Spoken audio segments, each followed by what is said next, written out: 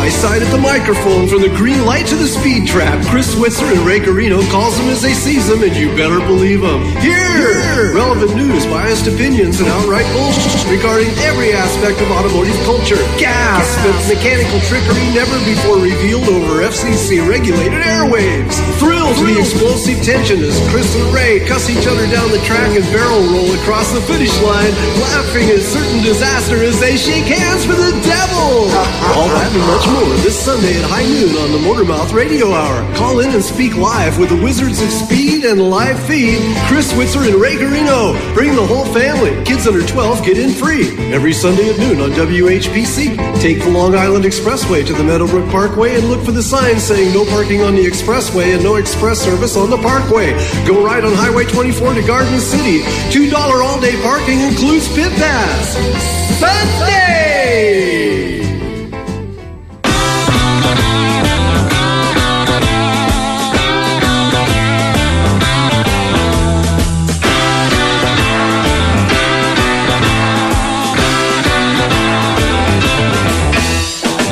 Going down the road, stop at Fannie Mae. Go and tell Fannie what I heard. Boyfriend say, now don't you stop me talking. I'll tell everything I know. Oh, I don't know if you can stop us from talking. You've turned into the Motor Mouths. Ray Guarino, Chris Switzer on the one and only Motormouth Radio, Long Island's only automotive talk show here on Long Island. And with my dashing co-host over there on the screen. How are you, Chris? I think I just dashed.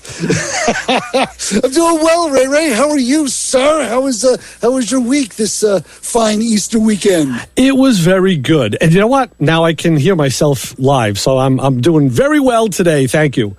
I think I know why. I think I solved the problem, or at least helped solve it. But we'll talk about that off air. What did you do? Tell me. I worked fast. You know what I did? I plugged the phone in. Oh, you what? I plugged the phone in. Oh, no fooling. Yeah, I think that was the problem. I don't know if that was the problem, but I know I had the phone unplugged because we weren't using this phone line. Right. So I said, you know what? You know, I thought I did a Dr. Emmett Brown. I looked up at the clock tower, and I thought about it real fast, and I started plugging stuff in and waited for the lightning bolt. Nice. So I like the ears. A nice touch. It's a Motormouth tradition on Easter. It is. So it is. Since that phone isn't working, is it now plugged in? Tell people how they can call the show. Yes, you can call us at 516-572-7440. That is the phone line. That is the studio line, the slick and exotic Motormouth Radio studio line, where you can get a hold of Ray Guarino. He will pick up the phone and go, hello. Yes, I will. Hello. He will do that for you. And on this fine, upstanding day, please give us a call, because I know you're all sitting around with your hands in your pockets. You're waiting for dinner to be served, and you got nothing to do. You can't go outside and work on the car because, you know, the wife always says, gotta stay clean. So you can't go outside and work on the car, so you're just sitting around and just basically staring out the window.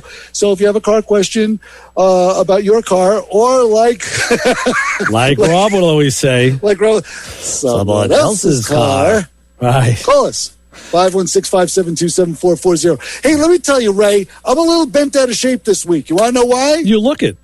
I feel it. What happened? I can tell you why. You know, I have two. It's a confusing setup in my house, a confusing situation. I have two Chrysler convertibles that happen to be the color green, different shades of green, but the color green. So one is a 69, obviously, and one is a 93. Yes. So, you know, we've gotten it down to, I told you the story, the Abbott and Costello volley we have back and forth when I tell my wife I'm going to take the convertible, and she says, which one? Well, the Chrysler. Well, which one? Oh, the green one. Well, which one? You know, it turns into that. And this time I was going to take what I like to call the new one. The new one is the 93, because I'll tell her that. There's the old one and the new one. I'll take the new one. And now the new one is a 93, and believe it or not, I still think this way. It's not like I say. I still think this way. Right. I'm driving along in the car. I go and pull, since I had my truck in the shop this week, I go and run some errands, go to the post office, do what I have to do, you know.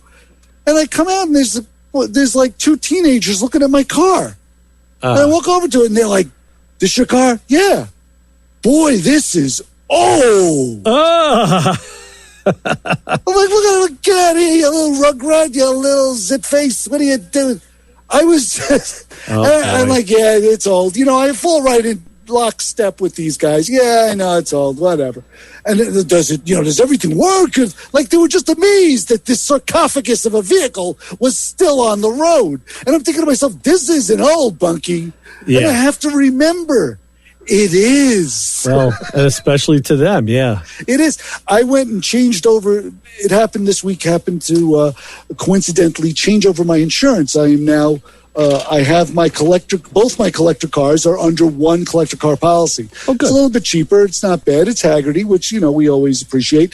And, of course, I'm talking to my insurance agent, and wonderful person. We're going back and forth, and I said, it's a 93. And she's like, "Wow, that old. It's as old as me." Oh. I'm like, "As old as you?" I says, "It's the new one." I got a wallet older than that. Exactly. I got a pair of socks older than that. You should tell her, listen, we had McKeel Haggerty on my show when you were in grade school. I told her. And then she hung up on you. Yeah, pretty much. I heard that old line. She actually responded like I was talking to a celebrity, which I think he is. He's a celebrity to us. Sure is, yeah. And she was like, "Oh, you talked to McKeel?" I said, "Yeah, of course." Wow. So yeah, it's kind of funny where your perspective is.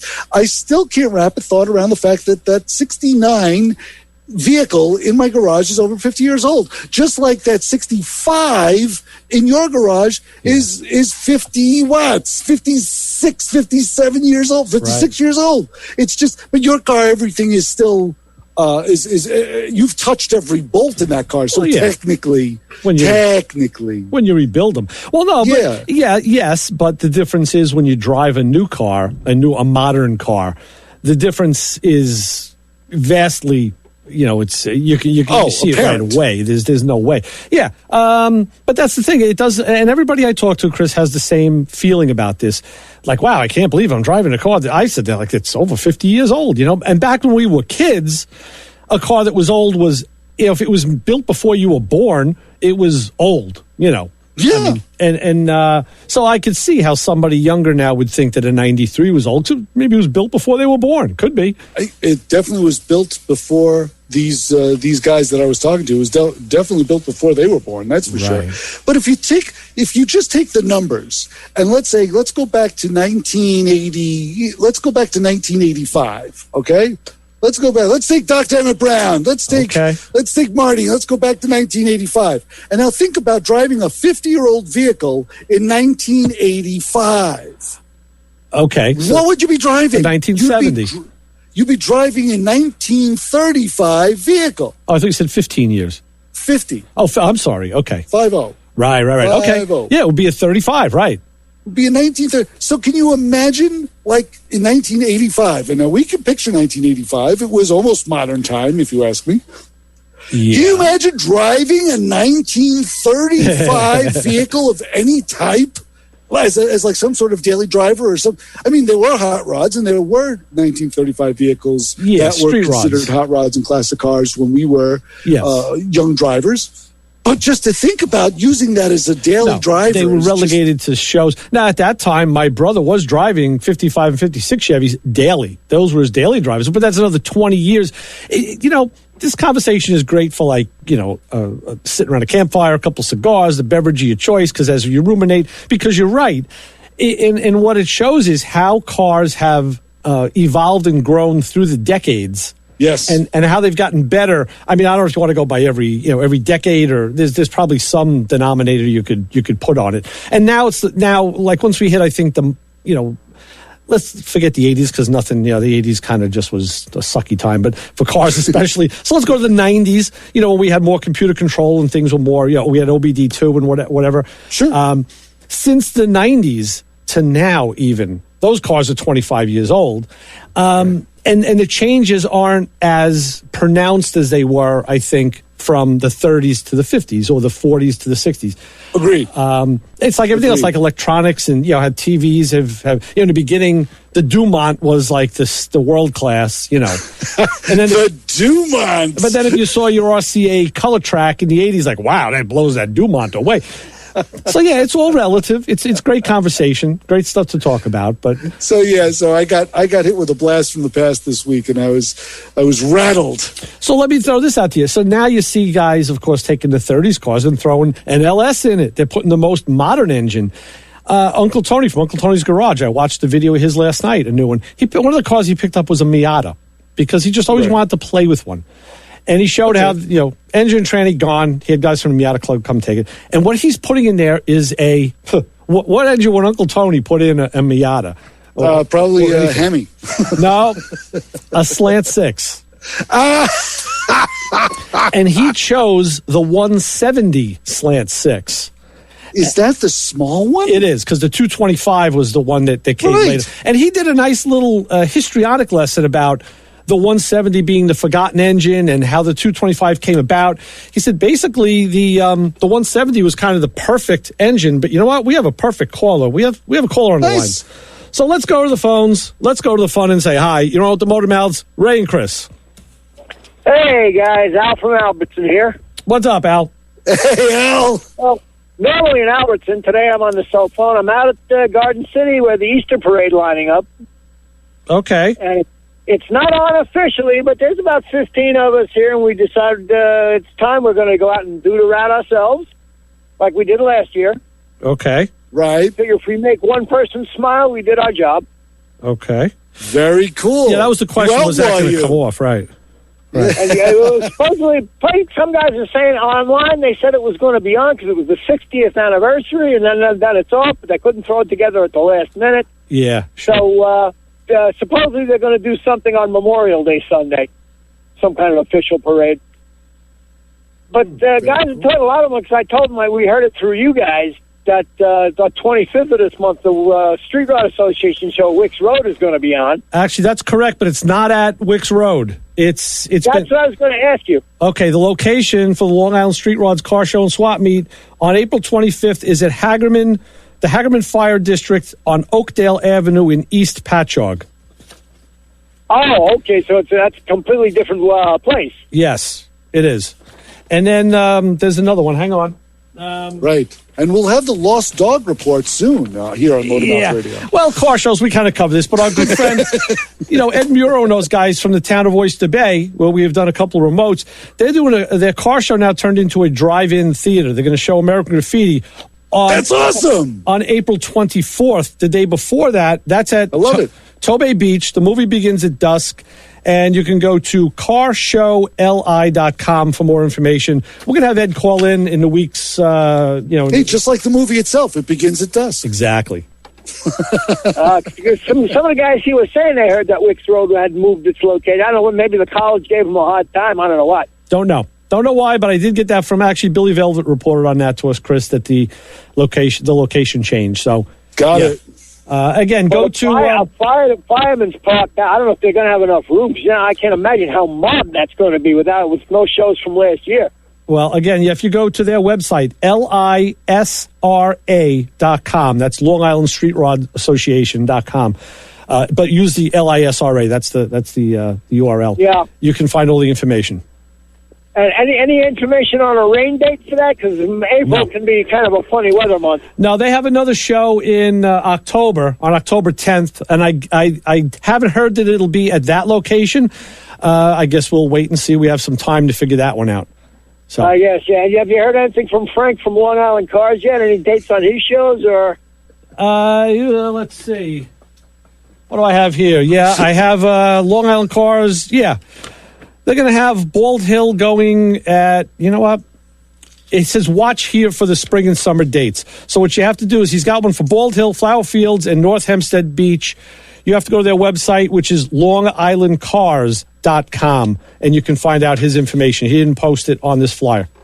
Yeah, maybe he doesn't have anything set yet. Right. I'm on his mailing list, so he'll probably send me. I'll probably get his stuff as soon as he gets it set. I'm surprised you didn't get that because that's how I got it. It was emailed. Yeah.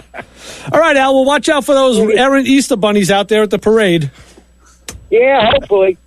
All right. And we got to watch. There's nobody officially blocking any streets or anything, so we got to, obey the lights and pull over and wait when we get stuck. But right. That'll be right. It'll be fun. Hey, like I said, if we make one or two people smile, we did our jobs in these times. Be careful out there. All right, you too, buddy. Take care, guys. Have a good Easter. Thanks. So long. All right.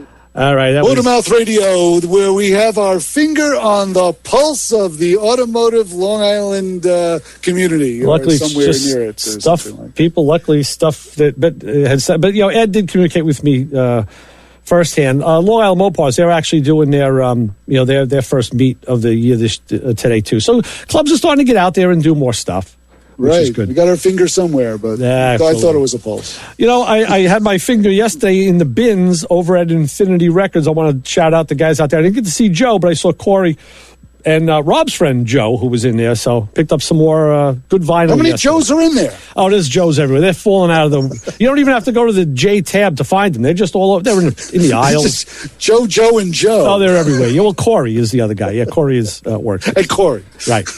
So they're all over the place. But that's cool. So what was going on over at Infinity? Did you come home with a plethora of fine vinyl? I have a small handful. I got some good stuff that I found. You're always finding stuff. I like to buy stuff that I either buy stuff that I haven't bought before, or I'm buying not new, but other copies, new to me copies of albums that I have that are very old, that maybe were a little beat because I bought them when I was in my my teens. So buying newer copies of used. You're buying doubles. Oh, doubles, triples. Yeah, you know it. Wow. But I'll tell you something. Kim and I were talking about this before the show. We were talking about audio in cars and how they wanted to take radios out of cars, but how CD players have gone away. Everything's going digital and streaming, and how we're both against that. And I like having a CD player in my car.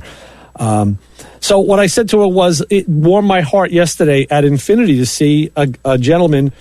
I'd say he was probably a grandfather, and he had two girls with him that looked to be like late teens, and they were going through the vinyl bins, and he was explaining to them differences in album covers and editions, and he was really getting into it. And then there was another guy who came in who was maybe like early 50s, and he had, who I assume was his daughter with him, who was obviously a tween. She was younger, because I kept hearing her barking, "Where's Taylor Swift? I came." Like she wanted all the stuff that ain't existing in Infinity. But it was just good to see that now younger people were being brought to record stores. I brought my daughter. I even brought my wife. I said, "You got to, come here. You got to check this out. You think I'm nuts? I believe it. You got to see this." And I have to admit, I have a young one in the house that came up to me just last week, the week before, and said, she looked me dead in the face and said, "Was Elton John or was John Lennon in the Beatles?" Right. And I looked at her. Yeah. First of all, I got some questions for you, young lady. Yeah. How did you know either of those two guys? Right. At the age of 7. Right. So I had to clarify. But I think I had mentioned to you when I was spinning records professionally and getting a paycheck for it, we had an intern in the studio, and I'm going back in the modern times, in the early 90s, and she was about 16, and she said to me, was Paul McCartney in a band before Wings? And I said, yeah, a small 4-piece, a little combo, yeah. Right. Did a lot of weddings. Right. Oh, that's funny. So, yeah. 516-572-7440. We're talking to ourselves today, which is great. I always love when we're talking to ourselves every once in a while. You need that catch-up. Yeah, you do. I'll tell you who I talked to yesterday. I talked to our good friend, Matt Goman Bryan. Hey, how is he? I had to give him a call because he's trying to help me dope out. On Thursday night, we talked about this in Playing in Traffic. I have, the carburetor agitator that I have. It's like a washing machine for carburetors. Right, yes. And it ends up, there was a little brass valve on it that there's a fitting on it that broke. And I decided, now I have to fix this thing. So the agitator is now agitating you. Oh, well, it wasn't until it didn't work again. Now it certainly is, yeah. So you're agitated. It's funny because I used to tell people, I would describe to people, they'd say, well, what do you mean? What is that? And I'd say it's literally like a washing machine for a carburetor. But there's a motor with a drop rod and a crossbar that goes onto a basket, and it literally turns it like a washing machine, right, left, right, left, right. I said like a windshield wiper kind of effect. Well, I found out the motor that's in this thing is made by, it's a Sprague HP 200. It is a pneumatic windshield wiper motor from a truck. I did some research online, and they're saying, yeah, this is still used in some farm equipment in trucks. I'm like, wow, how do you like that? Put air on it, there you go. So anyway, this valve gave me fits. There's no markings on it. Well, there was a name, but no part number, nothing like that. Brian said, if I can get him some numbers, but don't exist. I actually drilled and tapped this thing. I needed a 1/16th pipe thread, which is small. It's like, and like I told Brian, if you ever put a mechanical oil pressure gauge in a car, that little hose that you hook up, that fitting is a 16th pipe. That's the size. Holy smokes. So I did get it. I drilled and tapped it, and then it was working, then it wasn't working, and now it's stuttering. It's all over. So I don't know. I actually called Brian to talk this out with him because, through texting and email, it just gets to be too cumbersome. And I know what Brian said. What did he say? Brian probably said, "Oh, this guy with the truck windshield wiper motor on his agitator. Holy smokes, he's making me crazy. Just go get another agitator." You say something like that? Well, no. Brian, like many of us are, he's a fix-it guy. He likes to get in and get the problem solved. Get the problem solved. So he was in on the minutia. He's in on it, yeah. So he's actually going to dig through some old catalogs and see if he can find me any information. So, wow. But again, it's just good. It's again like we always talk about. We go into our banks of people, and Brian is certainly a great resource for stuff like that. Right, because he's willing to listen to your. Well, there's that. Yeah. Tales of woe. Listen, but like with you, I listen to his too. So it goes both ways. It's a two-way street. And I've given you some tales of woe too. Absolutely. about different agitators. Yes, exactly. Very true. Very true. And just like this one, it's a lot easier for Brian to deal with it when it's not his agitator. Right. You know what I'm saying? So sure, it's well, see, that's where the art of conversation has died with a lot of younger people. They don't do that. I know people, even our friend Joe Forestano. Joe, the Kiss, Gene Simmons guy.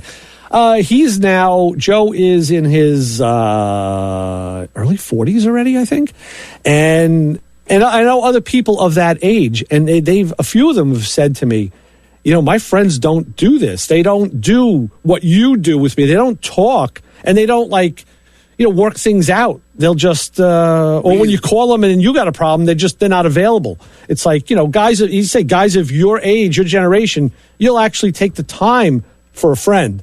I was like, really? Yeah, because we grew up having, knowing what the value of a friend is. Oh my gosh, that is so incredibly sad to hear.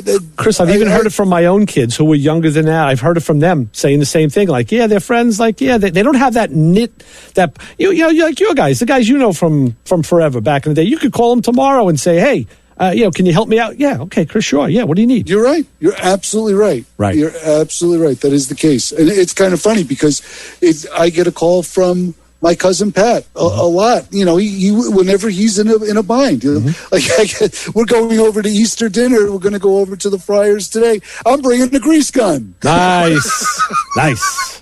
He's like, don't get your shirt dirty. Bring a grease gun. All righty. Yeah, it's like that's what we do. It's what you do. I mean, you're right. I don't get it. I don't understand. No, it's very true, and I think that's something that's kind of it's primarily it's dying with.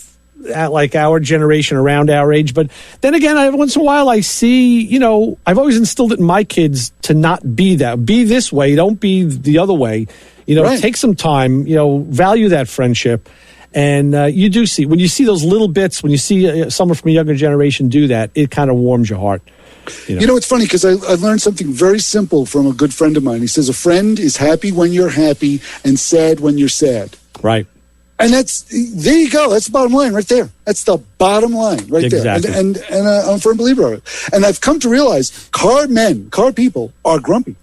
Oh, hell yeah. Have you ever looked at that? You ever noticed car guys? Take a look at not all of them, not individuals. I'm talking about society as a whole. They're all grumpy. Right. They all have some grumpy connotation going on. And proud of it. And you betcha. This car's been giving me so much trouble. Rah, rah, rah, rah, rah. Yet they're driving it all over the place. Oh, that car's a piece of junk. Rah, rah, rah, rah. And I love them. I want to hug them all. We get along with grumpy Have you been people. talking to Vic? Hey, I want to do something here. I want to read something to you. It's kind of like a quiz to swizz, but it's an audible. I opened a product yesterday to use for my house, and I just happened to look at the back of it, and they had some instructions. And I said, okay, let me. I read instructions. Did you put any of this product in your hair? I can't tell you because I'm gonna ask you what this product was that I was dealing with. Ooh. But what I'm doing is I'm going to redact certain words because that would obviously give it away. Okay, so here it is. It's a short little paragraph. Says warning. It's the warning for this whole product, right? Oh. So warning, do not drink from this blank. The inside of blank is dark, damp, and warm, conditions which may cause bacteria to form. Also, blanks are typically used with or come in contact with products such as something else that would give it away, pesticides, and other things that would give this away, products that may contain harmful chemicals. So the question is, what was I installing? What did I put in my house? What's this thing that is going to kill the human race? A mongoose. You would think, right? Well, let me read it with some of the words put back in. Warning, do not drink from this hose. Hose. The inside of the hose is dark, damp, and warm. Also, garden hoses are typically used with or come into contact with products such as spray nozzles, pesticides, and lawn and garden chemicals. It was a freaking garden hose I was hanging on my house. Well, yeah, I needed another hose. Yeah, it's the one in there has been there for 30 years.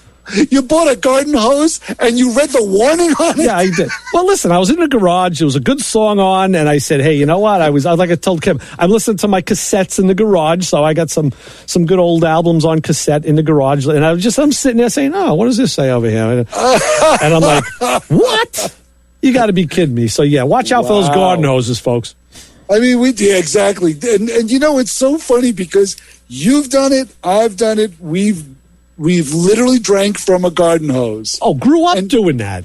Yeah, and mind you, we're talking about garden hoses that were, I'm sure, incredibly old. Hose water. Yeah, it had that taste.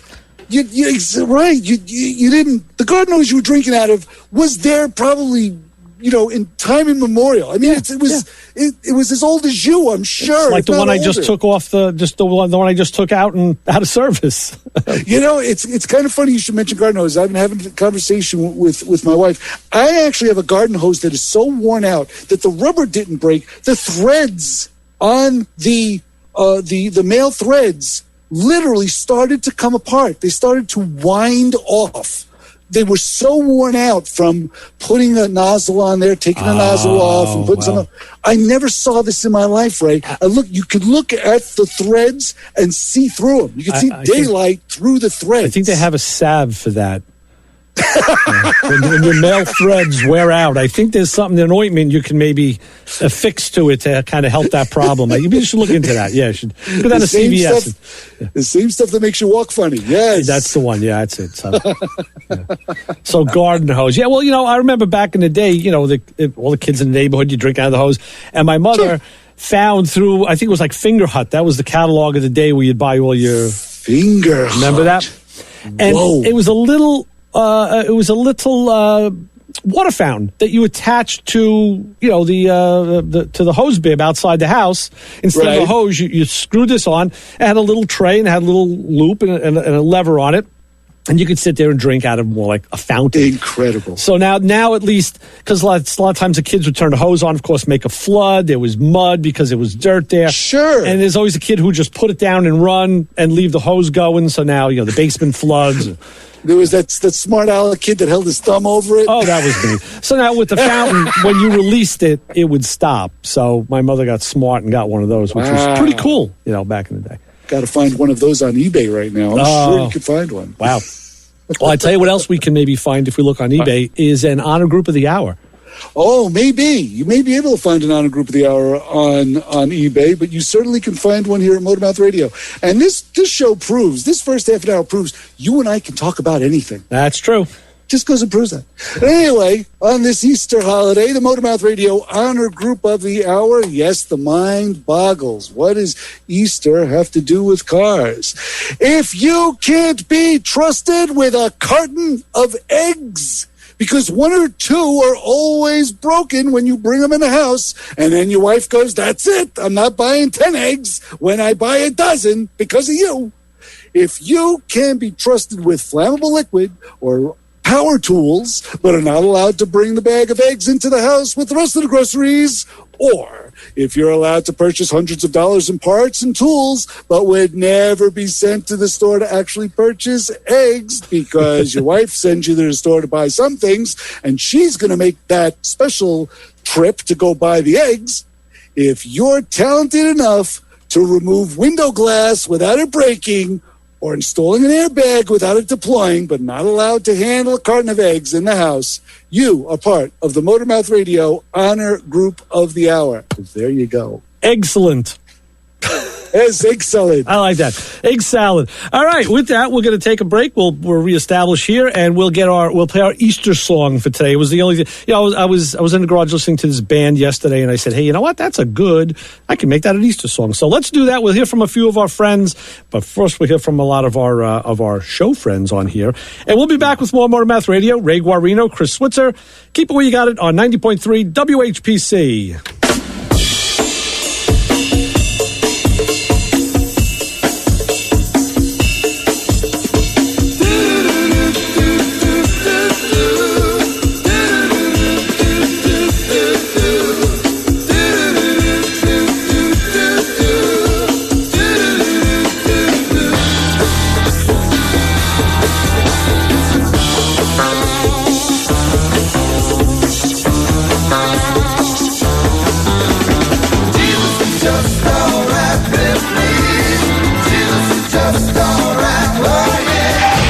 Listening to the Motormouth.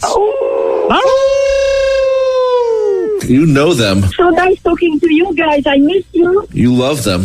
I heard you talking about us, so I thought I'd call in. Motormouth! You want to serve dinner to them. How you doing, guys? Sorry to interrupt. How are you, Ray? Chris is the sharpest drill bit, right? This is the first time that I'm actually listening live and working on a car. Our trained staff of 2 will help. I'll call you back when I have the solution. Well, thanks a lot, guys. That definitely points me in the right direction. No, hold your breath. I hope you're sitting down. Motormouth! A tornado of urban legend and BS. No, I'm not going to wax my Johnson. I'm going to wax my Evinrude. As always, you are consummate professional. When I listen on my laptop, I got to keep that thing screaming. I don't mean to blow you up on the airwaves. Quite frankly, there are better things to do with your time. Oh, this is where I call wrong number by accident. I want you all to know, sometimes I don't even wear pants. I have no clue, and I can't hit it with a hammer to fix it. Yeah, I want to know what is wrong with my car. I got to give you guys a call and talk to you. Motormouth! I'm in the car now. They're going to talk about working on cars, but not going to work on yours. There is no answer, and it makes you think, and I like the things that make you think. What are you doing here?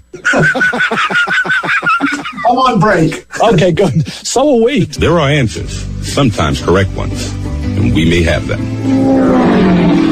Motormouth Radio, 90.3 FM, WHPC.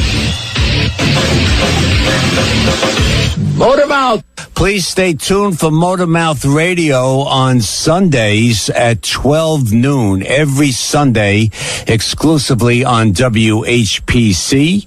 Join the Motormouths, Ray Guarino and Joe D. Features information, guest interviews, tech tips, and all your call-in questions on all topics relating to automobiles. And these guys know their stuff. In case you haven't heard this show, not only is it very informative, it is hilarious at times. A lot of call-ins and a lot of crazy people calling in with problems with their cars. And Joe and Ray offering their expert opinion on these things and doing it in a somewhat comical fashion. This is Motormouth Radio, your 1-hour automotive talk show. And now, here are your Motormouths, Chris Switzer and Ray Guarino.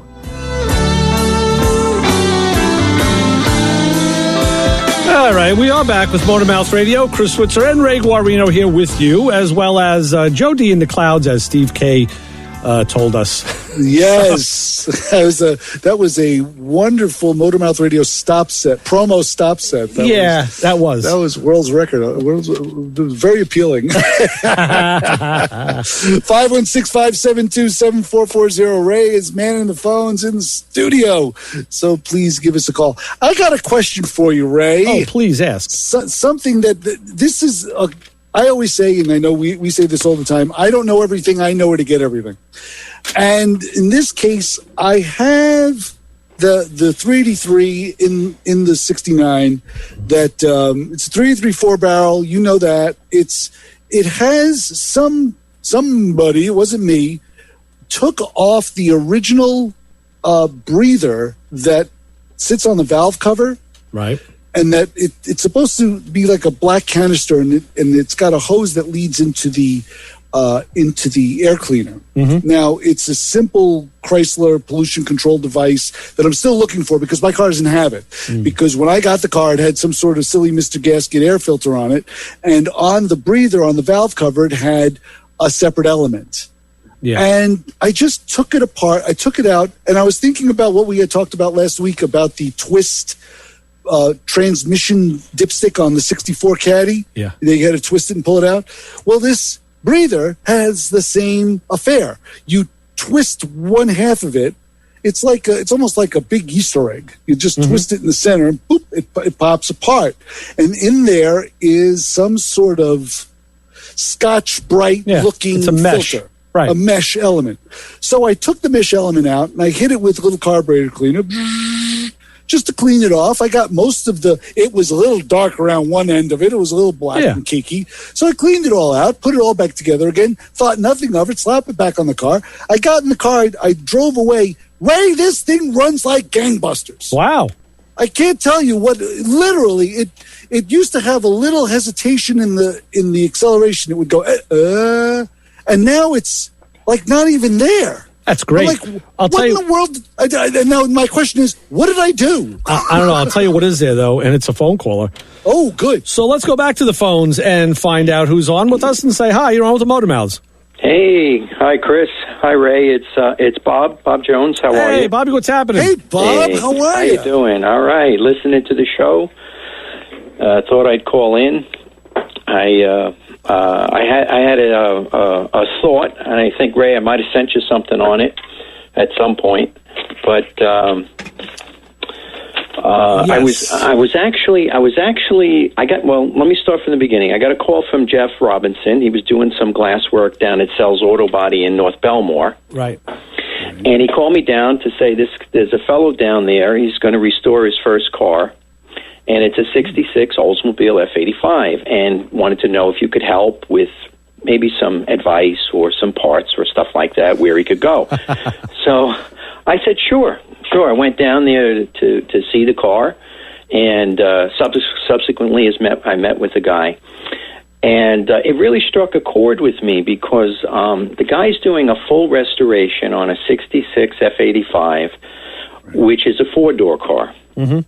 And, of course, as we know, you can put serious investments into these cars. And the thought is, should I restore a car, or maybe I shouldn't restore a car? So I ended up helping the gentleman with some advice, and I also got him a couple of tires that would fit over the disc brake conversion he just did, his rims. And he's really doing a nice job on the car. But it needs considerable work. So I started to talk to him, and his name is Dave out of Bayside, and he's never really done anything like this, and he's really not a classic car guy. Uh-oh. So I asked him, and he's making, choices, and I asked him, why this car? And he said, well, this was my grandfather's car. So that struck the chord. Yep. Now we know why. And he said, my father had it.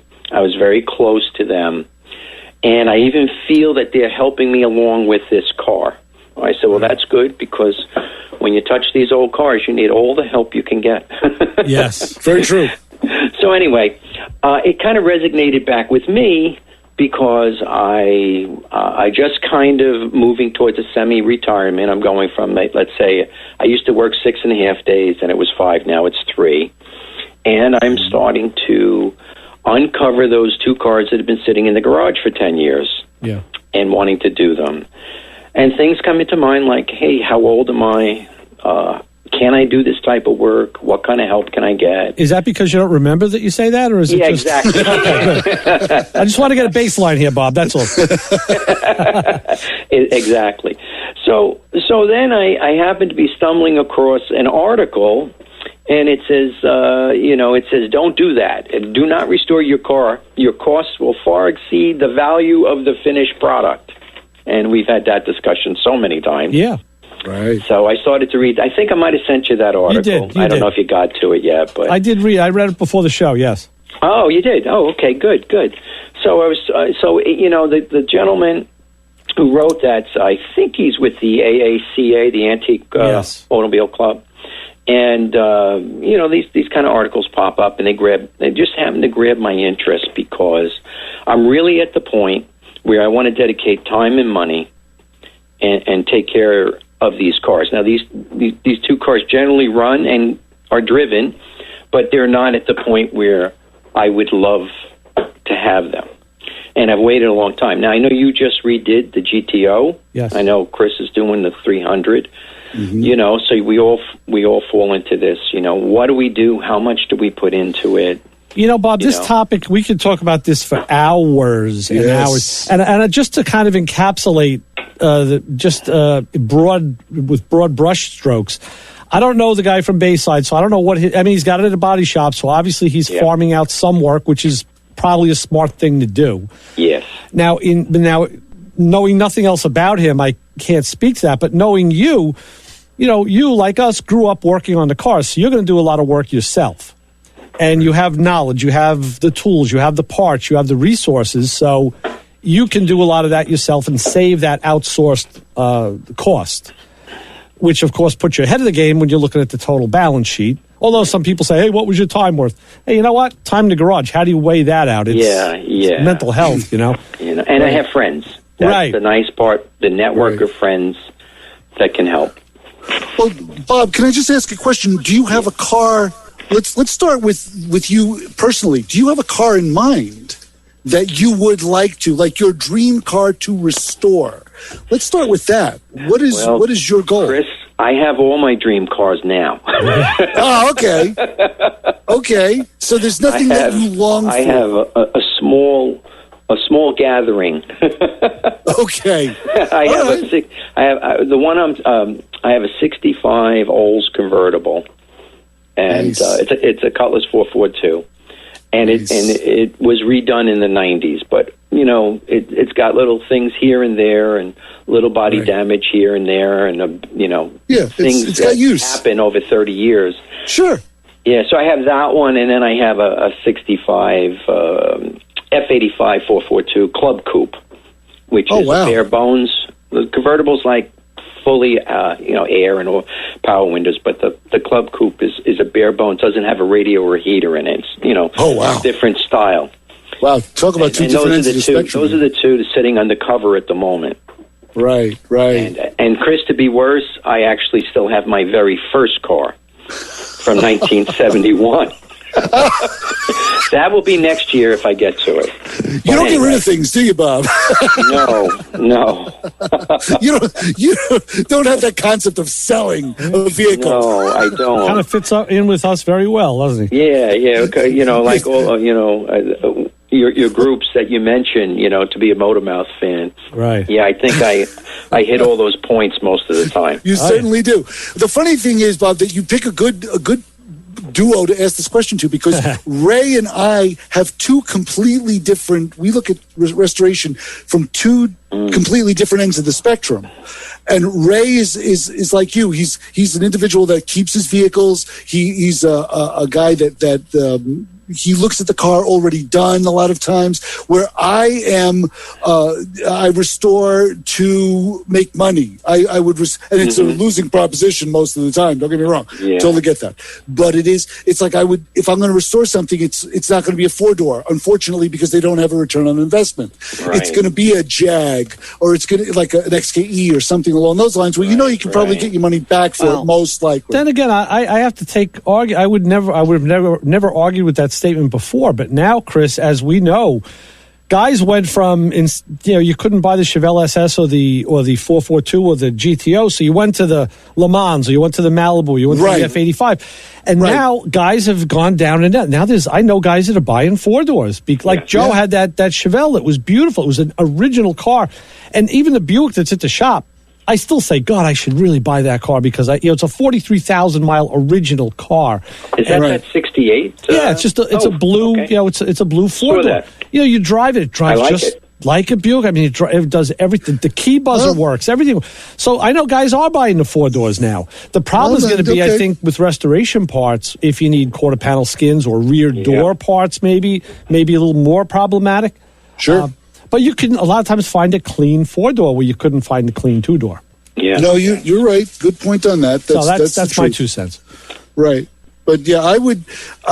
You're smart to Bob to factor in like age and bodily condition, health, and all that. You're smart to put. Here's the car.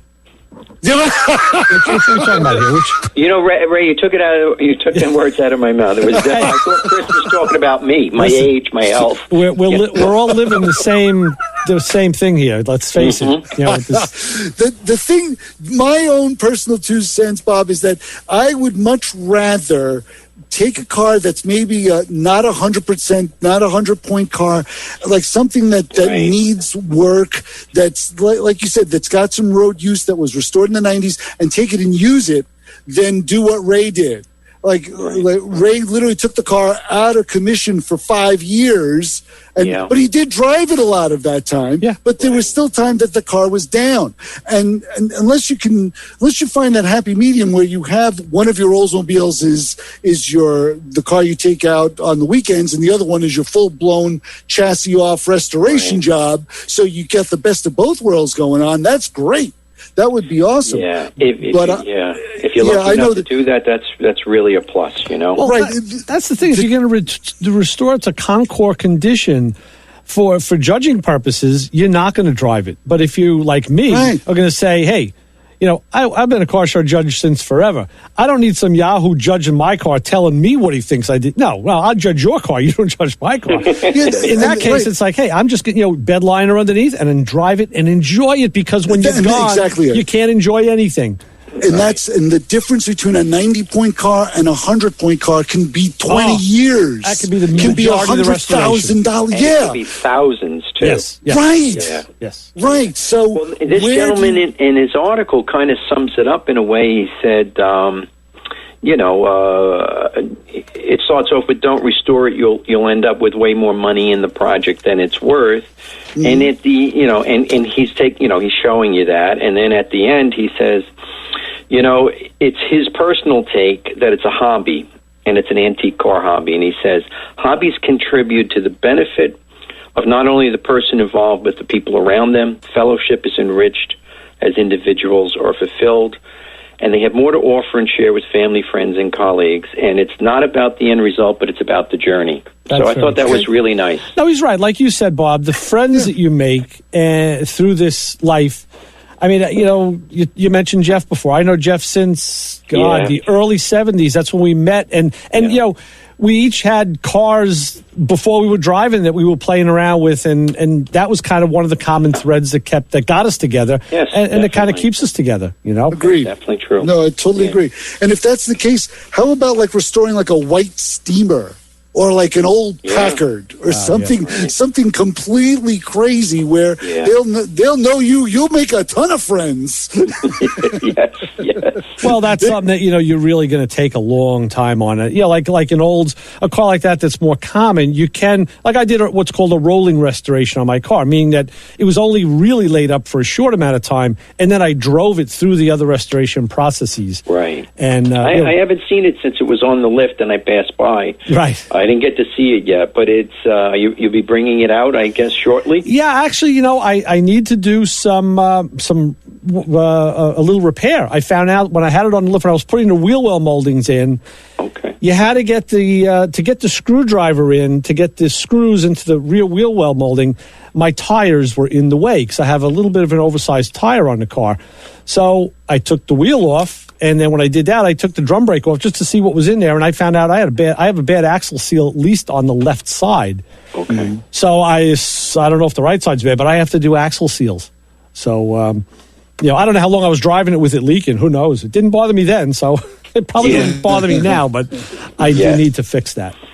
Yeah, that's how I stumbled across this article. I have a leaking steering box, and for some reason, when I was on one of the sites, it had a link to the article, and that's how I picked this up. But it just happened to hit me at the right time because I'm just helping this other gentleman, and also with me working a little less now, I'm starting to having a little bit of time, which I've never really had for the cars. So it just hit me at the right point. Yeah. And so I said, well, you know what? This is something to think about.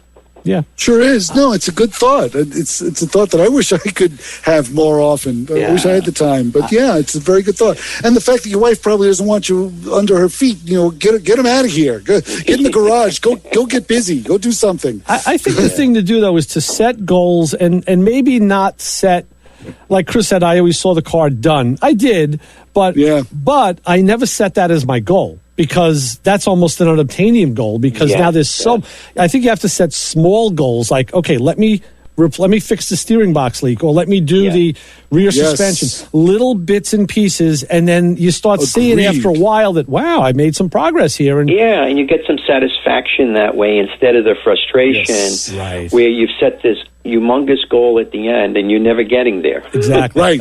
So small goals. Like in the case of this other fellow, the car's in the body shop.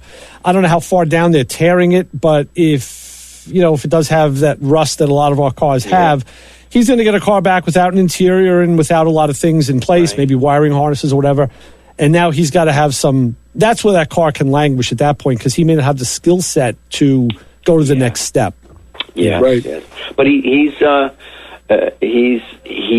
so enthusiastic. It's refreshing, and the fact that he really is at a base zero and he's learning, and he's going to join the club. Oh, good. He's going to get into the club with a couple of the guys that have 66s for some help. He's really gun ho at the moment. Justin down at Sells is doing a really nice job on it. So it's and I told him, I said, the car has nice lines. I like the 65, 66, 67 four doors. Mm-hmm. And hey, if that was your grandfather's car, that's even more reason to do it. We've seen that on the TV shows too, where a car goes through the restoration process, and it's an oddball car or a four door or whatever, and through the interview they'll say, well, why this car? Because we could, and that's it. Listen, it's got a family tie, and then it's always like, okay, you know what? That's it. That's the reason. All bets are off. That's what we're going to do. And it seems like every car has some sort of story, history. They do.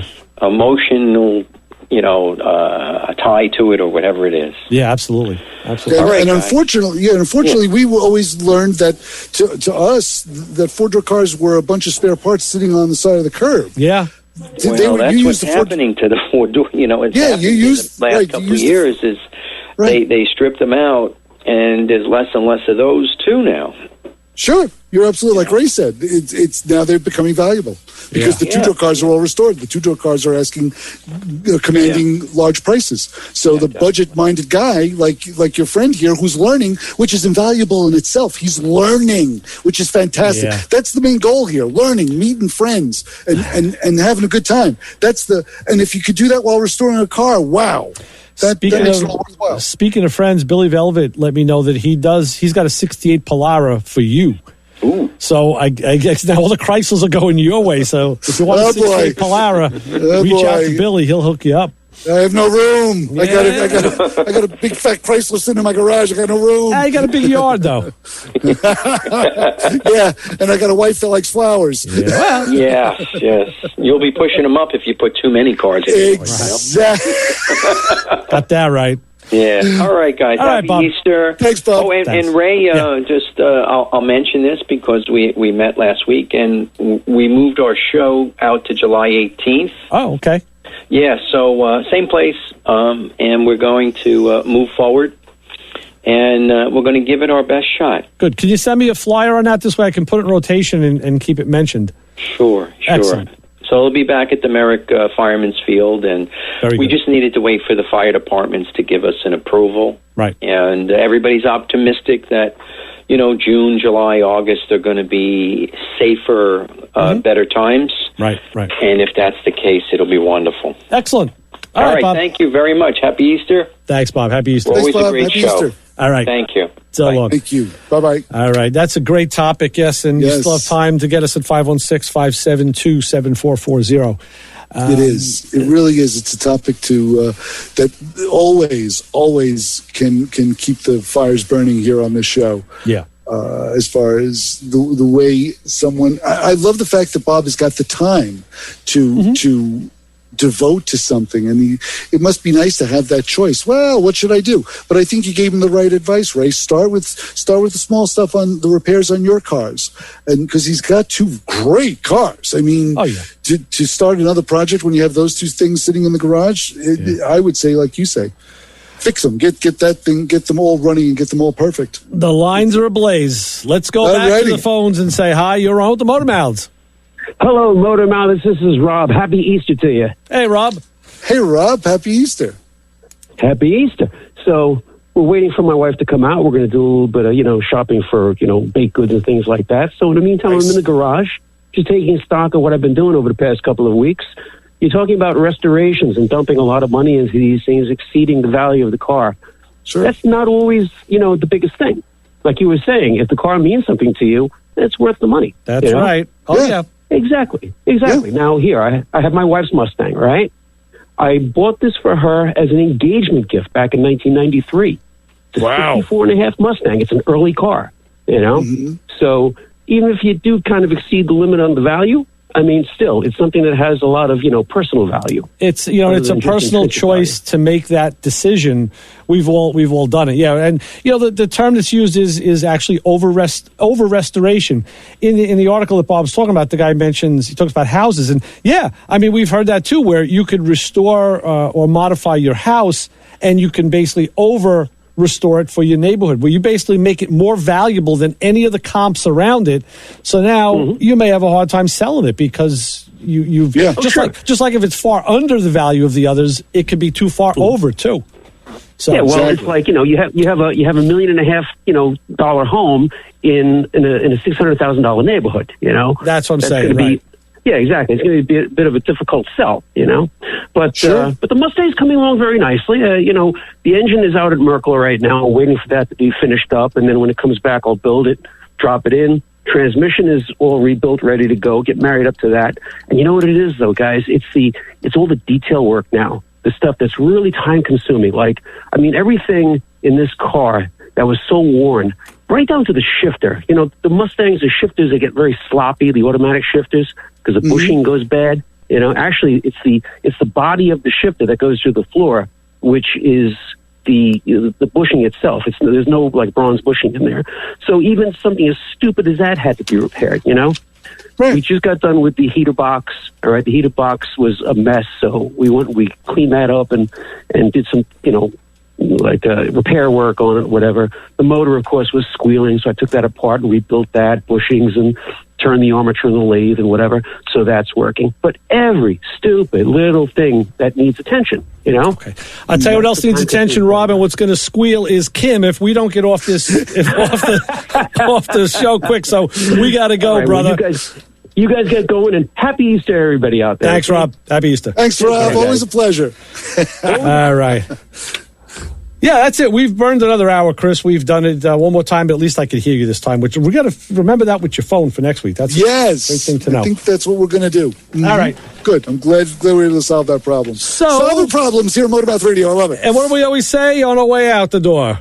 Don't trip over the Easter Bunny, and don't follow us home. Right. For Chris, this is Ray. We'll see you next week on Motormouth Radio. Bye. See you, bye.